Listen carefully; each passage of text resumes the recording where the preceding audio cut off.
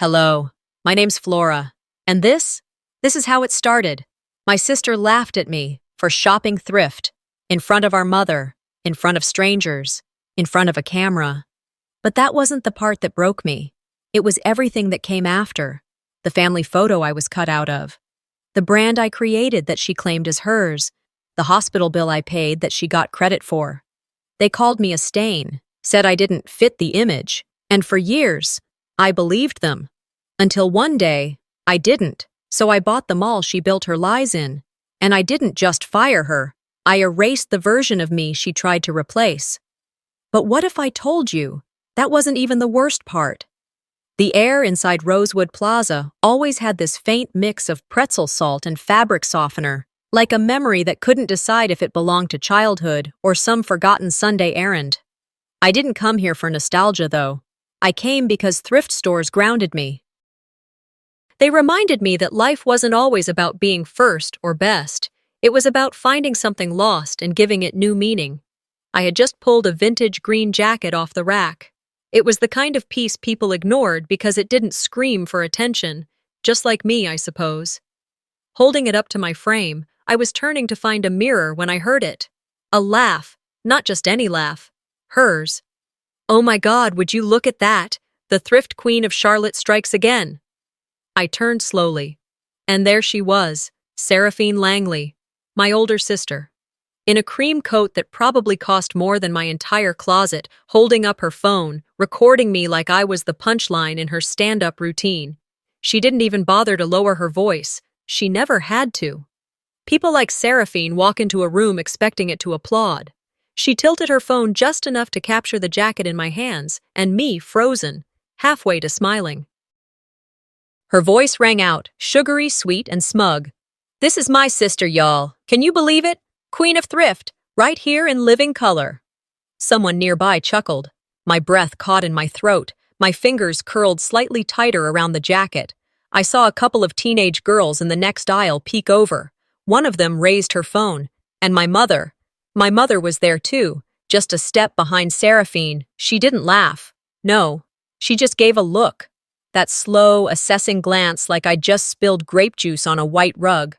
Then she gave a small smirk, barely noticeable, but I saw it, and turned away, pretending to examine scarves like nothing had happened. I put the jacket back on the rack, walked out of the store without saying a word, and drove home in silence. Even my car seemed to understand. No music, no traffic noise, just the hum of tires and the static buzz of humiliation. Back at my apartment, I dropped my bag and tried to shake it off. I told myself I was overreacting. It's just a video, just a joke. But my phone buzzed. Family group chat. There it was. A still image from Seraphine's video, now captioned, "Guess who found Grandma's attic today?" Laughing emojis, a sticker of someone wiping tears from laughter. Even my cousin Damon chimed in with, "Gotta love the commitment to the bit." No one defended me, not even my mother. She reacted with a thumbs-up emoji. That one stung worse than anything. I stared at the screen for a long time. My hand hovered over the keyboard, but I couldn't bring myself to type anything. What would I even say? Please stop mocking me? Hey, maybe don't broadcast my life for entertainment? Instead, I powered off the phone and went to the kitchen. I opened the fridge, closed it again. Nothing looked edible. Not with my stomach twisted up like this. Hours passed without me realizing. Outside, the sky dimmed into that purplish hue only winter evenings can pull off. Inside, the only light was from the lamp in the corner and the faint glow of my laptop screen, still open from the night before. I sat on the couch, curled into myself, and stared at the blinking cursor on a blank document. I could hear their voices still, Seraphine's laughter, Mother's silence dressed as civility, the group chat's digital cruelty. I opened my browser and searched for the video. It had already made it to a local meme page. Of course it had. There I was, still frame, mid-blink, holding the jacket like a lost child holds a balloon. And the caption, "Thrift Store Tragedy, starring Charlotte's Own." It had over 2,000 likes.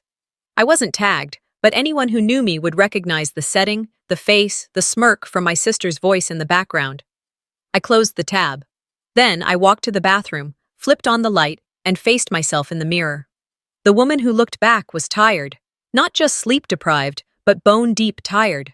Her eyes had seen too much and been seen too little. "Do I really deserve this?" I whispered. The silence didn't answer. I stepped back into the living room and pulled out an old notebook from the bottom drawer of my desk. I hadn't opened it in years, but I knew what it held: pages of half-formed dreams, branding sketches, resale ideas, mall layouts drawn in pencil smudges. Flipping through it, my hand stopped at a page with one line scribbled across the top. "They see her laugh, they never saw her build."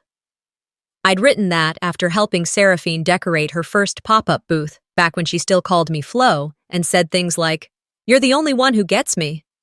Back before she stole my tagline for her new campaign and told everyone it came to her in a dream. The heater kicked on, humming low in the background. I pressed my hand against the page and exhaled. Deep. Slow. In that moment, I wasn't angry. Not exactly. I wasn't sad either. I felt hollow. And inside that hollow space, something moved. Not a scream, not a fire, a seed, a quiet understanding that if I didn't stand up now, I'd keep shrinking until there was nothing left of me. I closed the notebook, turned off the lamp, and stood at the window. The city lights flickered in the distance. I couldn't see Rosewood Plaza from here, but I felt its shadow. And I knew one thing for certain: they don't see me, but they will. I stood in the hallway, still dressed in the same sweater I'd worn to Rosewood Plaza 2 weeks ago. The one that became an accidental costume in my sister's comedy sketch. That night had faded into local jokes and meme fodder, but the sting stayed fresh.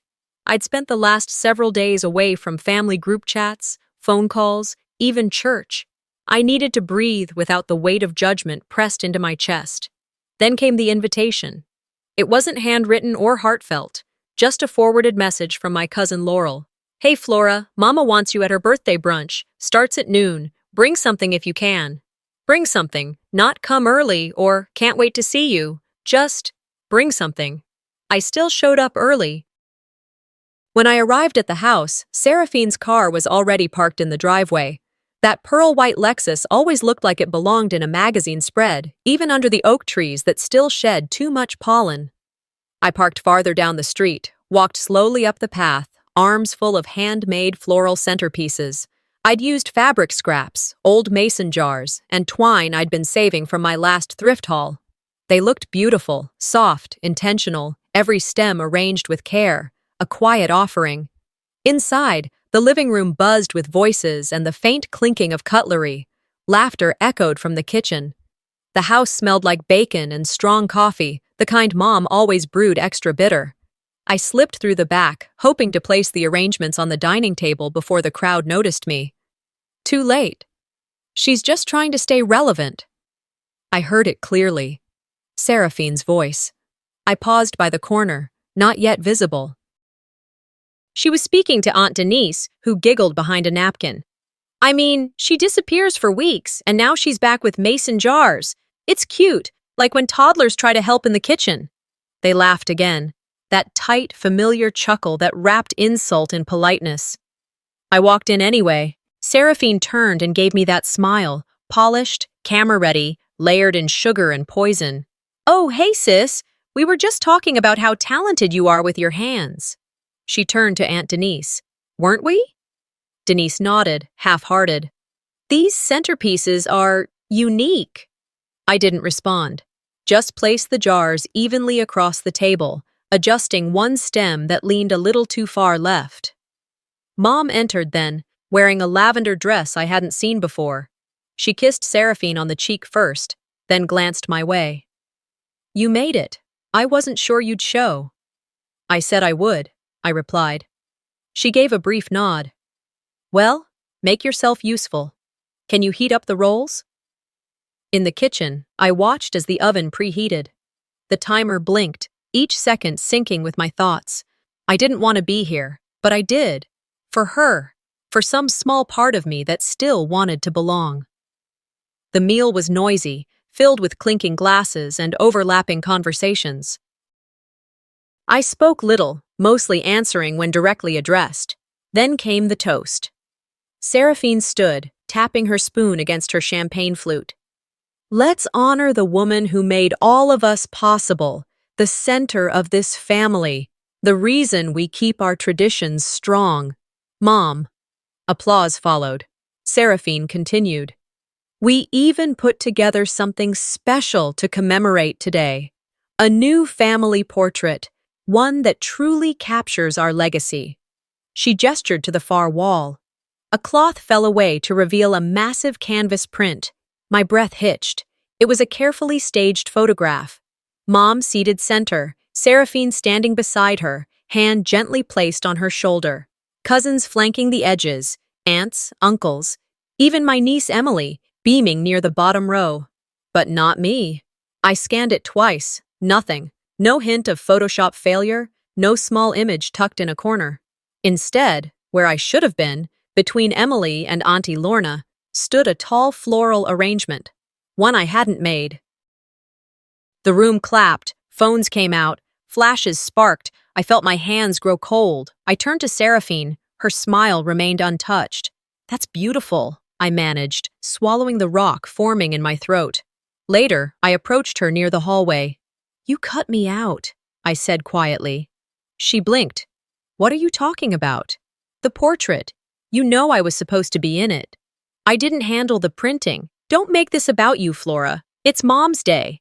I turned to Mom, who stood nearby adjusting her bracelet. You knew, I said. She didn't look up. Let's not start anything. You're always so sensitive. This day isn't about drama. I walked outside. The porch creaked under my weight. The cold air didn't sting. It numbed.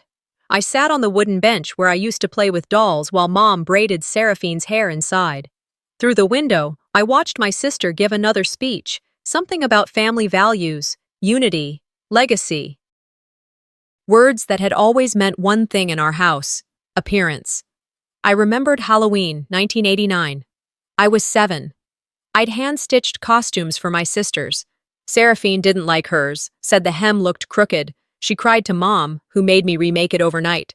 No thank you, no apology, just, next time, ask for help if you can't do it right. I remembered all the next times.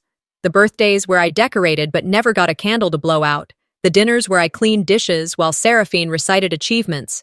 The hospital visits where I stayed overnight, but the thank you went to whoever brought flowers. I wasn't just forgotten. I was erased. Deliberately. Systematically. Erased from pictures, from conversations, from credit, from memory. And that's when I realized I wasn't just overlooked. I was erased. It started the way most things do these days, with a scroll. I wasn't even searching for anything in particular. Just thumbing through my phone late one Thursday morning while sipping coffee that had long gone cold. The house was quiet, too quiet, after the noise of Mom's birthday brunch. I hadn't been back since. I clicked on a local lifestyle blog I used to admire, mostly for their features on small businesses, and there it was, centered, framed in soft pinks and golds, an ad for a new product line, Revival by Seraphine. My eyes froze on the screen. Curated thrift, redefined. There was a picture of Seraphine, chin tilted just enough to make her look both effortless and accomplished, wearing a reconstructed denim jacket. The same jacket I'd designed last year. I knew the seams. I recognized the patchwork. That was my work. I sat up straight, the mug still in my hand, trembling just enough to spill coffee down the side. The website featured the entire collection, every piece recycled, upcycled, or restored. And the descriptions, word for word phrases I'd once scribbled on Post-its. Every item tells a second story. History reimagined. Even the background design was identical to a mood board I'd shared in an email months ago. I stared, not blinking. That mood board had been sent to Seraphine during one of the rare moments she pretended to support my work. Let me help you polish this, she'd said. You need visibility, Flora. Visibility. I felt my stomach twist. I dug into my old Gmail folder, the one labeled Brand Dreams, and searched for her name. There it was, an attachment dated 9 months ago. Subject line, Concept Ideas for Community Pop-Up. I had sent her everything. The website, the promo lines, even the story behind the name, Revival. I had picked it because it represented exactly what I wanted to do. Revive not just clothes, but forgotten value, forgotten people, including myself. I should have screamed or cried or thrown something, but I didn't. I got up slowly, walked over to the sink, dumped what was left of my coffee, and leaned against the counter in silence. The betrayal wasn't loud. It was clinical, precise, paper cut deep. That evening, as the light dimmed outside, I made a list. I opened my laptop, accessed my saved folders, and traced every file connected to my Thrift brand. Then I made a second list of every person I had ever shared those files with. Only one name was on both: Seraphine. I emailed the state trademark registrar the next morning, requesting the business filing for revival. It took less than a day for the reply. Filed under Langley Enterprises, LLC. Date of registration, 2 months ago. Registered agent, Seraphine Langley. I stared at the screen, not surprised anymore. Just done. I needed air. I grabbed my keys, jacket, and drove out toward the edge of town, to my old storage unit. The drive took just under 20 minutes, with traffic lights stretching time like saltwater taffy. I used to keep extra inventory there, donated pieces, holiday decor, and old supplies from my community workshops. The unit smelled like time, cardboard, dust, and the faint hint of lavender sachets I'd left to keep the moths away. I knelt beside a plastic container marked Marketing 2018 and dug. Under layers of flyers and hand-labeled tags, I found it. My old brand journal. It was a thrifted, leather-bound notebook, the kind with pages that had turned slightly yellow from years of use. I flipped through it slowly. My hands recognized the weight, my penmanship, my margin notes.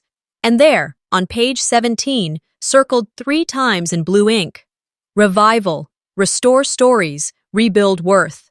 I turned to the back where I'd taped my first draft mission statement. It wasn't polished, but it was honest. For those of us who've been told we're too quiet, too odd, too simple, this brand is for us, because secondhand doesn't mean second-rate. I closed the notebook, placed it in my bag, and sat back on the concrete floor.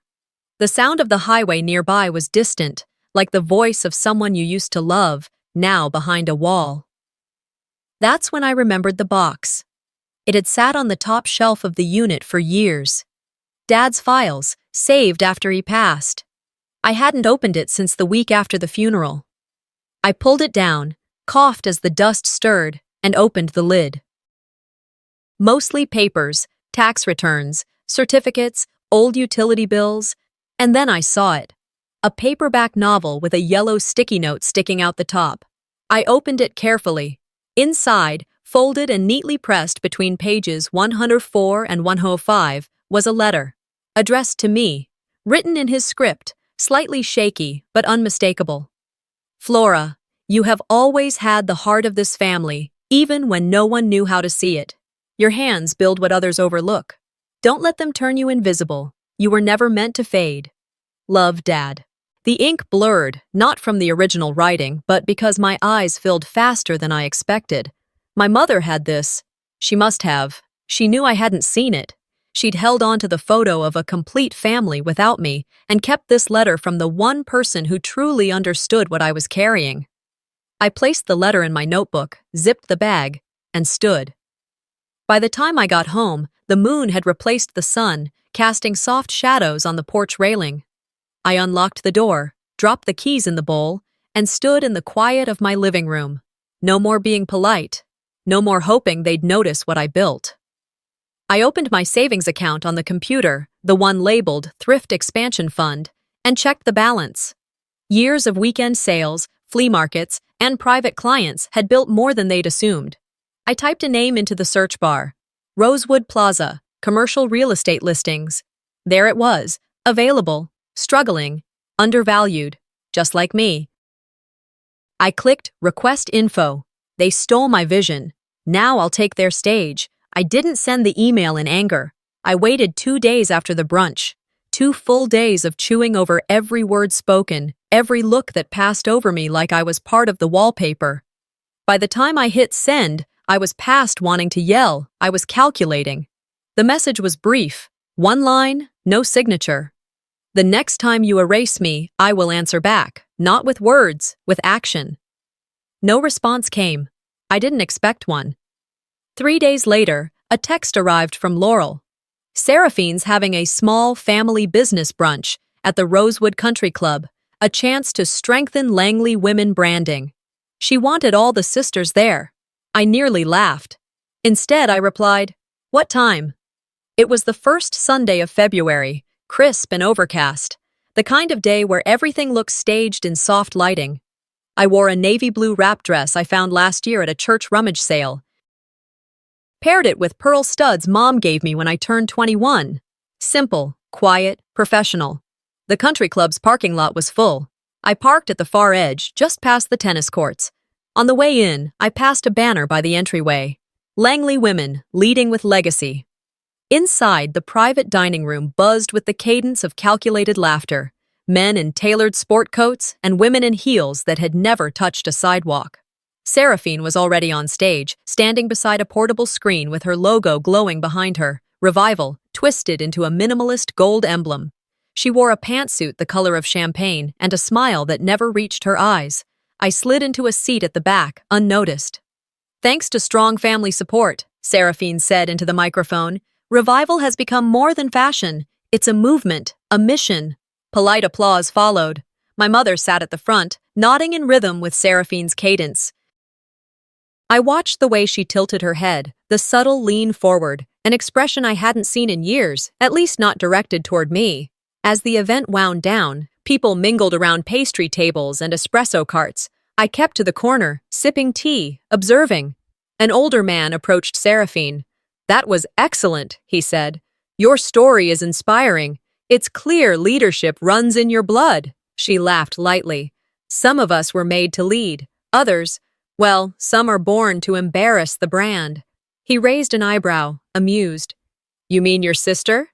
Seraphine leaned in slightly, voice lower. "Let's just say, she's the stain we can't scrub." I didn't need to guess who they meant. I didn't flinch, didn't spill my tea, but my hand did grip the saucer a little tighter. Another woman stepped beside Seraphine, beaming. "Where is your sister, anyway?" "I thought this was a family thing." "Oh, Flora?" Seraphine responded with that practiced chuckle she reserved for public correction.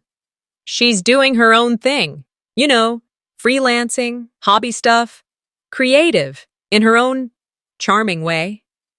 That word, charming, weaponized and dipped in honey. I turned to leave then, slowly weaving through the crowd.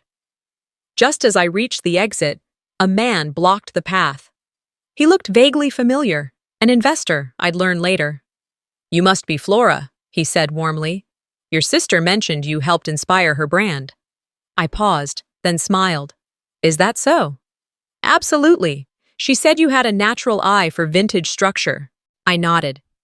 "That's true. I suppose I do." "Well, it's great to see a family working so cohesively. She said you prefer to stay behind the scenes." I looked at him for a moment, then gently. "Sometimes the scene doesn't invite you." He didn't quite know what to say to that. Outside, the cold air welcomed me like an old friend. I walked across the lot slowly, hands deep in my coat pockets. The clouds had thickened above, and the wind bit a little harder than it had an hour ago. I didn't mind. When I got home, I didn't pour wine or cry or write in a journal. I sat down at my desk, pulled out the Revival notebook, and placed it beside the printout of Seraphine's filing. Then I opened my email. To Seraphine@langley.group.com. Subject, courtesy.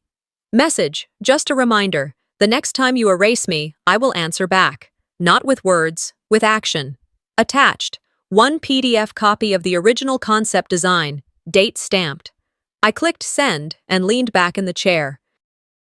That night, I couldn't sleep, so I cleaned the entire apartment top to bottom, not out of nervous energy, but with clarity, like I was preparing a space for something new. At around 2 a.m., I finally stopped, made some tea, and sat on the couch. The room was dark except for the soft glow of the streetlights filtering through the blinds. I thought about every time Seraphine had minimized me, in public and private. Every gathering where she redirected attention, every compliment she rephrased until it landed on her. I thought about Mom, how she would always shift conversation away from me, not with malice, just with dismissal. The kind that makes you feel childish for even pointing it out. I thought about the question that investor asked. If I felt proud of my sister, the real question should have been, does she feel proud of me? I knew the answer, had known it for years. That's when I remembered the listing I bookmarked a week ago. Rosewood Plaza. 26 retail units. Yo, 2 anchor spaces vacant. Monthly foot traffic down by 42%. Asking price lowered twice in 6 months. I opened the website again. Click. Confirmed interest. Schedule viewing. And my first action. Buying silence. By buying the space she screams from. The morning I toured Rosewood Plaza, the sky looked exactly how I felt. Gray, still, and giving nothing away. A fine mist hung in the air, not quite rain, but enough to smudge the windshield every few minutes. I parked near the back entrance of the mall, where the old JCPenney used to be.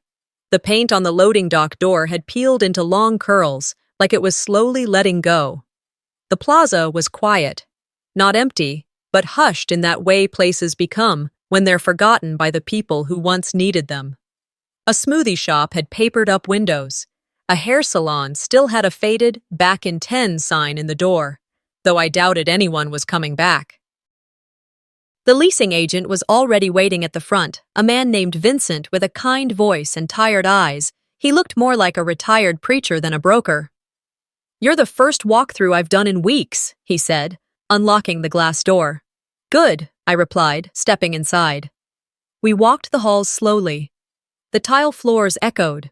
The air smelled faintly of old pretzels and forgotten perfume.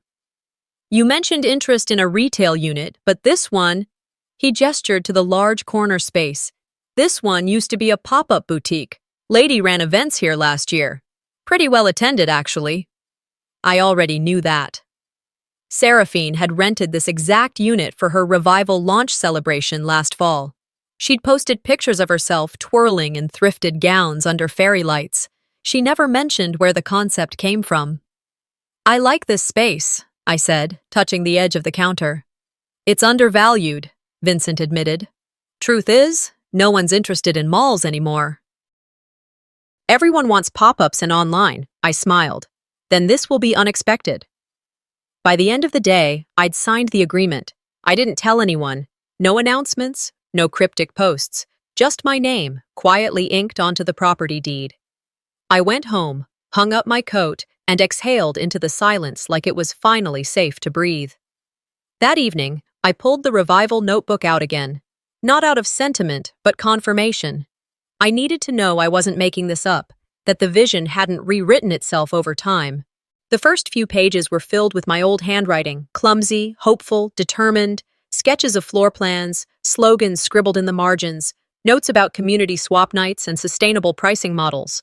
I turned to a page toward the back where I'd written something after one particularly long day volunteering at the shelter.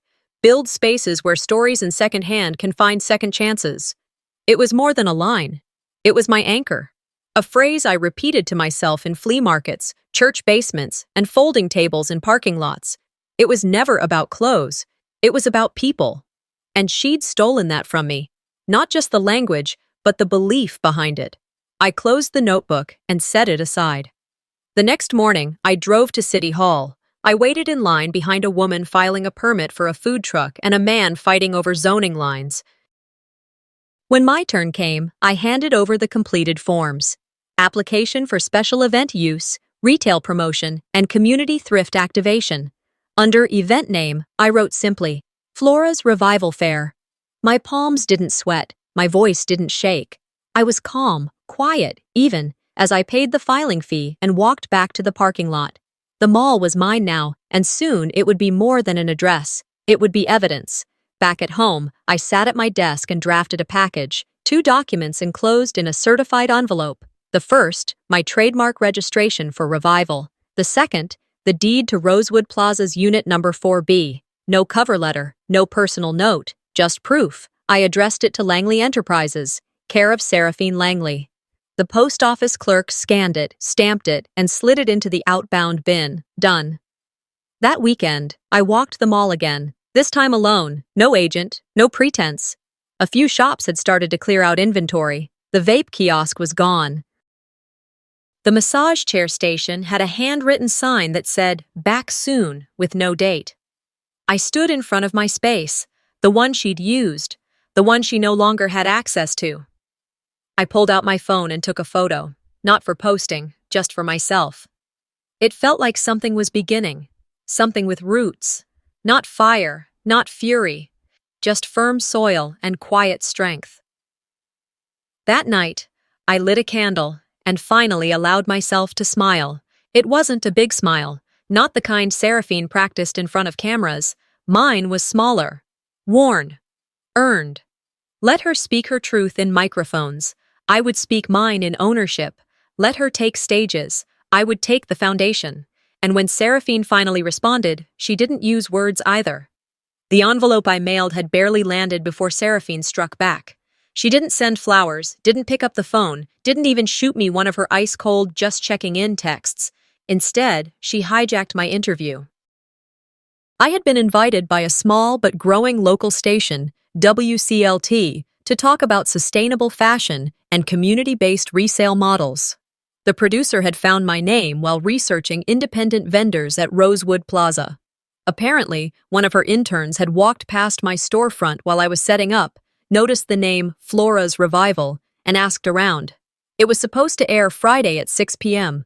I made tea, wore my softest sweater, sat on the couch with a quiet kind of pride. The intro played as scheduled. My name appeared in the lower third. Flora Marlowe, owner, Revival Thrift. I exhaled. And then, suddenly, without warning, it cut. The screen went black for 3 seconds. Then, another segment appeared. High gloss, full lighting, perfect transitions. There she was, Seraphine, hair sleek, dress tailored, tone rehearsed to perfection. The banner read, Seraphine Langley, voice of conscious fashion. I sat up straight, not breathing. The next 10 minutes featured her touring old flea markets, talking about sustainable storytelling, and explaining how Revival was inspired by my childhood moments with my family, learning how to repurpose, how to reimagine. I watched her describe my ideas like they were hers. She even quoted my exact line, "Every piece deserves a second chance." I didn't cry. I didn't scream. I just reached for my notebook, flipped to the same quote, and drew a square around it in red ink. I turned off the TV. That Sunday was the community fair at Rosewood Plaza, the one I'd quietly helped fund, using my own permit and property. Seraphine had somehow talked herself into the role of keynote speaker, spinning the event as a Langley initiative. Her PR team had branded the flyer, Langley Women of Impact. My name wasn't mentioned anywhere. Didn't matter. That morning, I wore black slacks, a forest green blouse, and small gold hoops. I pinned my hair into a bun and arrived before the vendors even finished setting up. I checked in with the staff, nodded to the plaza director, and walked the perimeter of the event like I owned it, because I did. At 2:58 p.m., I stood near the back, hidden behind a row of booths, watching the small stage in the atrium.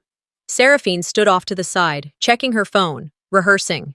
She wore a cream pantsuit again, her power uniform. Her assistant buzzed around her like a satellite. At exactly 3:00, the MC took the mic. Ladies and gentlemen, thank you for joining us at today's Voices of Impact Community Celebration, hosted right here at Rosewood Plaza. A pause. And now a very special announcement before we begin. The venue you're standing in, every square foot, belongs to someone who believed in community before it was trending. The woman behind Thrift Revival.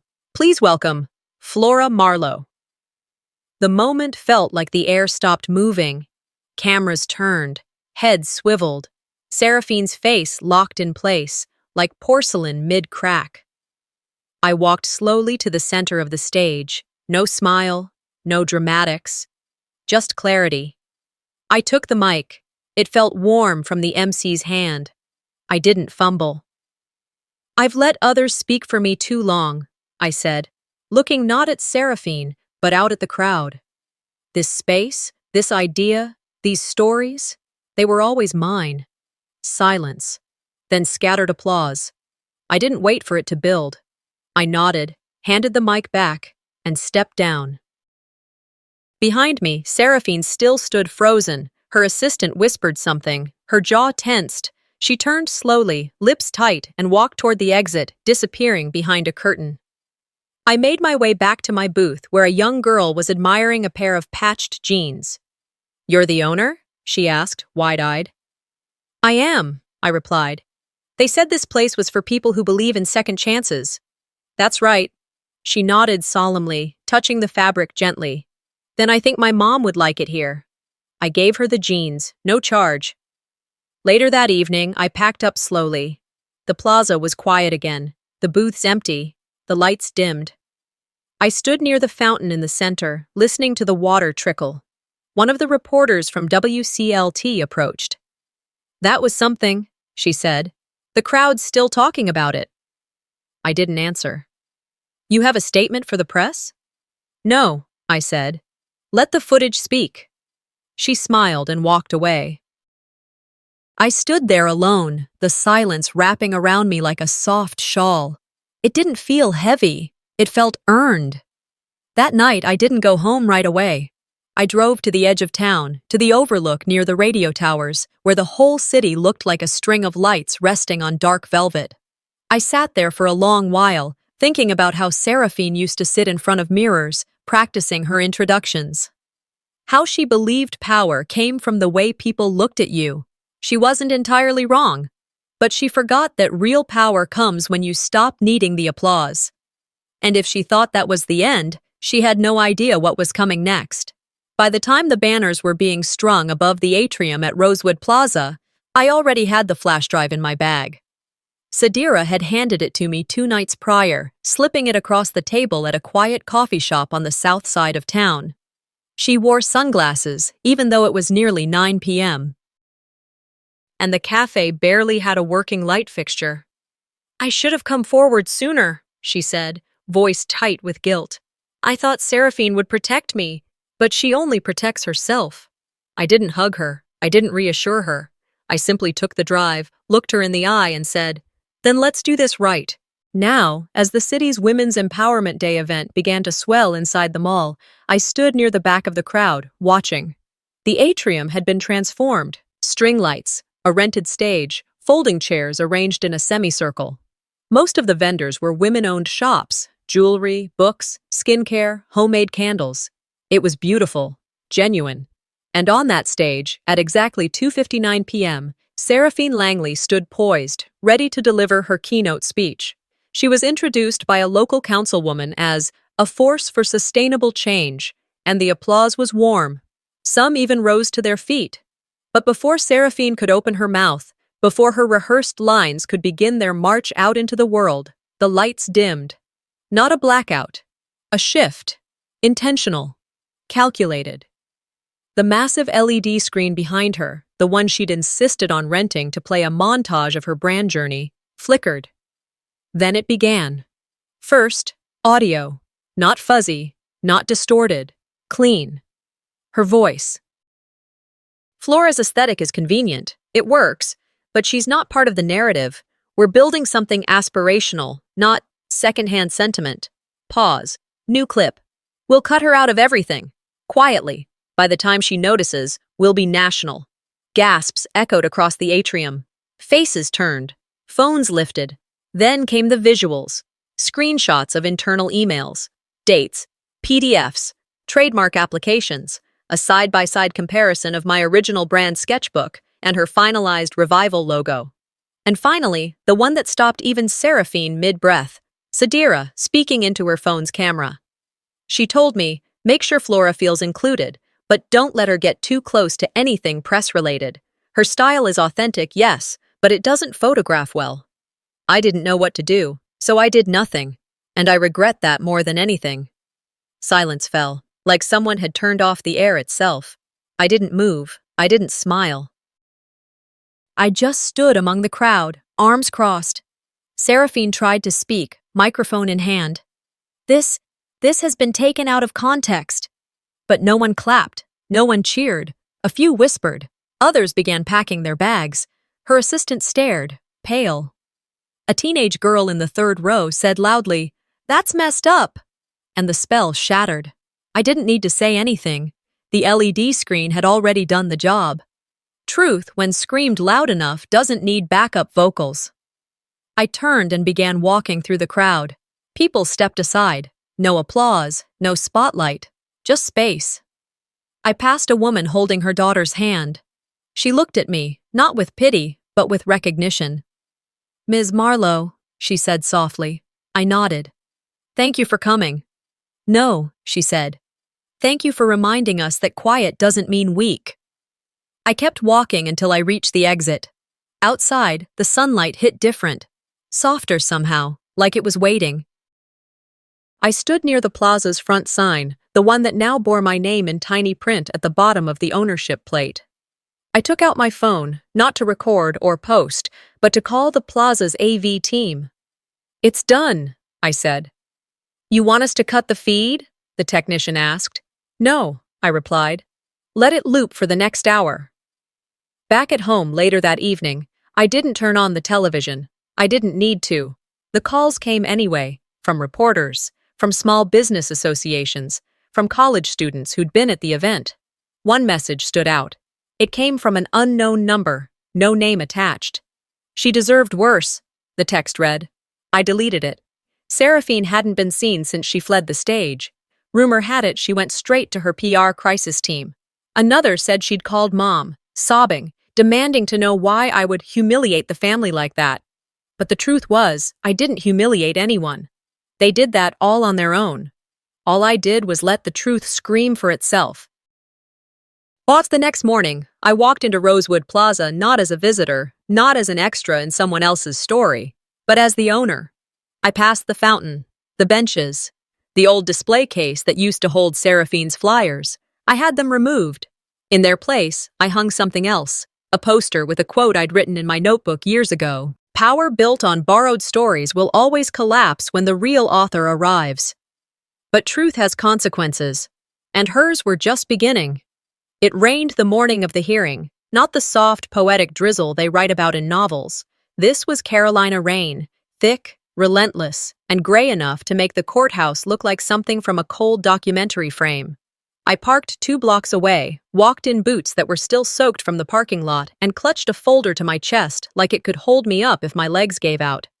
The Mecklenburg County Courthouse loomed as usual, sterile, symmetrical, indifferent. The kind of place that's designed not to care who walks in or why. Today, I wasn't walking in as Seraphine's sister. I was walking in as a plaintiff, a woman demanding her name back. Sadira met me at the security check, already holding her visitor's badge. Her hair was pulled back tightly, her face pale but set with purpose. She didn't speak at first. Neither did I. We entered together. The courtroom was fuller than I expected. Reporters, spectators, even a few local vendors who had once sold under the Revival label but never knew who really started it. They were scattered across the benches, quiet, waiting. At 9:07, Seraphine arrived. Black dress, dark sunglasses, umbrella in one hand, lawyer in the other. She didn't look at me, didn't glance toward Sadira. She moved like someone who had rehearsed walking through shame, but had no idea what to do once the walk was over. The judge was a woman in her 60s, stern, minimal makeup, the kind of face that says, "I've heard every excuse. Let's get to it." We stood for her entrance. We sat when told. And then it began. Opening statements were brief. My attorney, Miss Langford, was all steel and composure. Seraphine's team tried their best to paint this as a misunderstanding within a family. I could almost hear the phrase "sisters fight" bouncing around the corners of the courtroom. Then came the evidence. Sadira took the stand first. Her voice wavered for the first 2 sentences, but then she caught herself. "I was Seraphine Langley's PR manager for 6 years," she began. "I witnessed meetings, internal communications, strategy sessions, many of which involved repackaging Flora Marlowe's original brand materials under the Langley Enterprises umbrella." She detailed timelines, screenshots, email strings. Then came the audio, played aloud in the courtroom for the judge, jury, and every single spectator to hear. Flora's name tests well locally. It makes us look grounded, but she doesn't understand scale. She's thrift store local. We're national now. My throat tightened, but I held firm. Next came the comparison graphics, the original Revival logo drawn in my notebook beside the final trademarked version filed under Seraphine's name. Same font, same color palette. Even the tagline was one I had written in a newsletter draft 5 years ago. The judge leaned forward. "Counselor," she said to Seraphine's lawyer, "do you have any response that contradicts this evidence?" A pause. "No, Your Honor," he said, visibly uncomfortable. Seraphine was given a chance to speak. She didn't take it. Her lawyer whispered to her, but she shook her head. The silence was louder than any apology she could have faked. Her attorney then addressed the court. "This appears to be a case of crossed wires, miscommunication within a family that unfortunately escalated into litigation. We urge the court to consider the personal nature of their relationship before making a ruling that could irreparably harm both parties." The judge didn't blink. "I believe the facts speak for themselves," she said, glancing down at her notes. "And sometimes the truth is loud enough that it doesn't need further amplification." At 11:42 a.m., the ruling was handed down. Seraphine Langley was ordered to immediately relinquish all rights to the Revival brand and any derivatives associated with it, issue a public apology, scripted and approved by the court, for misrepresentation and intellectual property infringement, cease and desist from conducting any business using Flora Marlowe's image, language, or concept framework, acknowledge, in writing and via public statement, that Flora Marlowe was the originator and sole creator of the Revival brand. She didn't look at me once as the judge read the decision. I stood there, straight-backed, arms at my side, chin level. I didn't smile. I didn't cry. When it was over, I stepped outside, past the reporters waiting with microphones, past the flurry of questions. I didn't stop walking until I reached the parking deck. It was still raining. I sat in my car, engine off, hands on the wheel. And yet, when the cameras turned off, I still felt the ache of what couldn't be returned. 2 weeks had passed since the ruling. Enough time for the headlines to fade, for the hashtags to cool, and for my name to settle into people's memory, not as a footnote to someone else's narrative, but as its own headline. Still, even in the quiet, I felt it, the hollowness of everything I'd lost in the process. Not legally, not financially, but emotionally. That kind of silence doesn't echo. It just lingers. It was a Friday morning when I drove back to my father's old room. The house had been sold shortly after the court decision, but the estate agent gave me one last afternoon to gather anything personal before the final key handoff. I hadn't been inside since the funeral, and stepping through the door was like walking back into a photograph you didn't take. The room smelled of cedar and old linens. His bookshelf was still intact, dust floating in soft streaks of sunlight across the spines. On the desk sat a stack of unopened mail. I sifted through it half-heartedly, expecting only junk. But then I saw it, a pale blue envelope, creased in one corner, with a hospital return address. Inside was a billing statement from 2 years ago. The final chemotherapy round. Balance, $14,692. Status, paid in full. Handwritten in the margin, paid by Flora, RM. I stared at the note. Seraphine had told the family she'd covered the bills, that her company's health stipend handled the costs. She'd said it loud and often, always when people needed a reason to call her the anchor of the family. I sat down on the edge of the bed and held the letter in both hands, not in anger, but in quiet understanding. Some truths you don't scream, some you just carry. This one, I folded and placed inside my wallet, not as proof, just as peace. That evening, I stood at the podium inside the Rosewood Community Youth Center. The room was filled with folding chairs and secondhand hope, teen girls with notebooks, grandmothers in thrifted jackets, single mothers who had taken the bus across town just to listen. Sadira sat in the back row, her hand gripping a folder of paperwork for the new foundation we'd set up. The Second Bloom Fund. A scholarship for girls who didn't come from picture-perfect families. For the ones left out of portraits, the ones who were told they were too much or not enough, the ones who dressed differently, who thought in colors instead of straight lines. I looked out at their faces, then at the paper in my hand. My speech was there. Typed, edited, stapled. I didn't read a word. I used to think you had to scream to be heard, I began, my voice steady, but I've learned something else. You just have to stay rooted, to keep growing, even when no one's watching. A hush filled the space, thick and warm. This fund isn't about charity, it's about restoration, because second chances aren't just for clothes or furniture, they're for people too. Applause rose, honest and steady.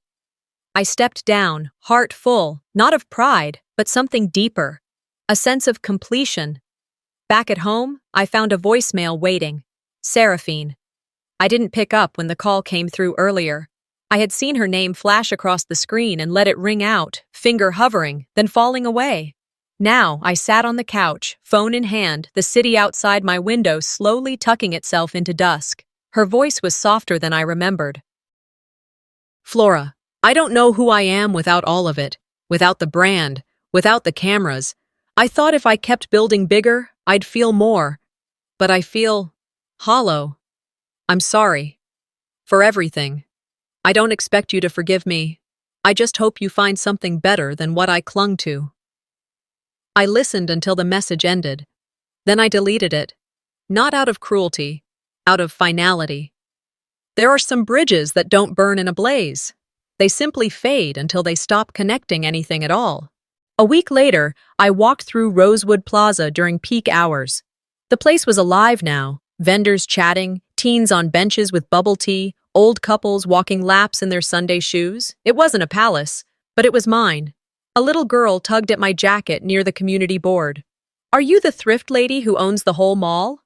I knelt down slightly, met her gaze. Not the whole mall, I said.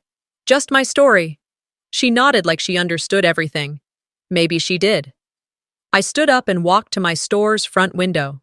Inside, a display read, Revival, More Than Fabric. Beneath it was a list of upcoming free workshops.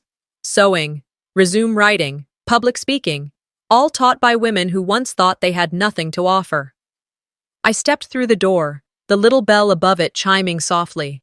And I'll never let anyone rewrite it again. Sometimes it's not the loudest voices that win, but the ones that refuse to stay silent any longer.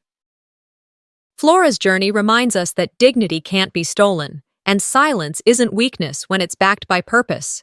Have you ever been pushed aside by your own family? What would you do if someone tried to erase your worth? If this story moved you, don't forget to like, share, and subscribe to our channel for more powerful family stories just like this. Your voice matters, and so does your story.